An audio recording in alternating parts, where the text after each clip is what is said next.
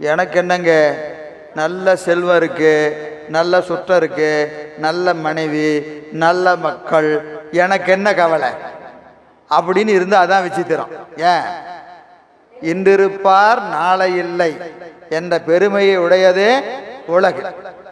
எதுவும் கூட வராது. நீ சேர்த்து வச்ச செல்வம் வராது, கணவன் வரமாட்டான், மனைவி வரமாட்டா, ஒருத்தரும் கூட வரமாட்டாங்க. கடைசி வருவது என்னது? புண்ணிய பாவங்கள் மட்டும்தான் கூட வரும்.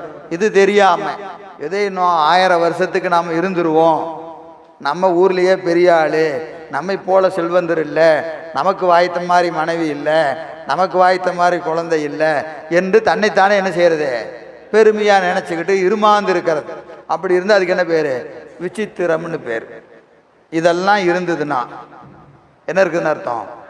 ஆணவ மலம் இருக்குதுன்னு அர்த்தம்.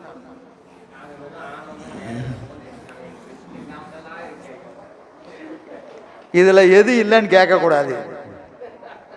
ஏன்? எல்லாம் அதான் இருக்கு, அதான் இருக்கிறது. சரி, எனவே அந்த வகையில் ஆணவ மலை இலக்கணம் சொல்றாரு. கண்ம மலை இலக்கணம் நம்ம ஏற்கனவே பார்த்தோம்.